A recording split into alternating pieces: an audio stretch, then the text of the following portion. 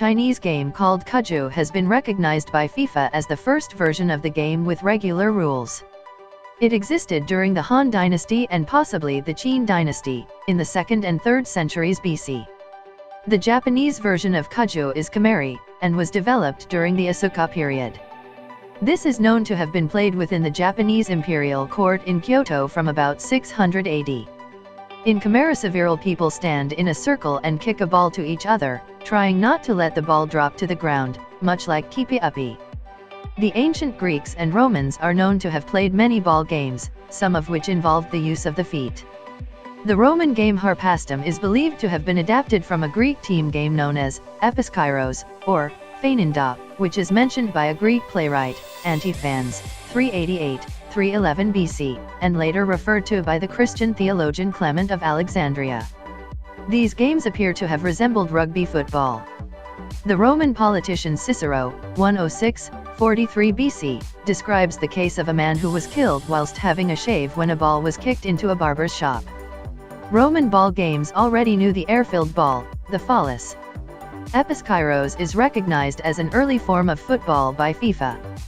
There are a number of references to traditional, ancient, or prehistoric ball games, played by indigenous peoples in many different parts of the world.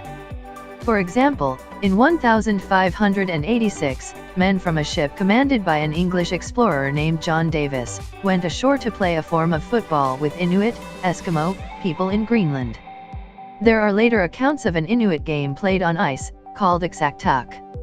Each match began with two teams facing each other in parallel lines, before attempting to kick the ball through each other team's line and then at a goal. In 1610, William Strachey, a colonist at Jamestown, Virginia, recorded a game played by Native Americans, called Pasaiman. On the Australian continent, several tribes of indigenous people played kicking and catching games with stuffed balls, which have been generalised by historians as Marn Grook, Jab Whirring for Game Ball. The earliest historical account is an anecdote from the 1878 book by Robert Brough Smith, The Aborigines of Victoria, in which a man called Richard Thomas is quoted as saying, in about 1841 in Victoria, Australia, that he had witnessed Aboriginal people playing the game. Mr. Thomas describes how the foremost player will drop kick a ball made from the skin of a possum and how other players leap into the air in order to catch it. Some historians have theorized that Marn Grook was one of the origins of Australian rules football. The Maori in New Zealand played a game called Kiorahi, consisting of teams of 7 players play on a circular field divided into zones, and score points by touching the boundary markers, and hitting a central tupu or target.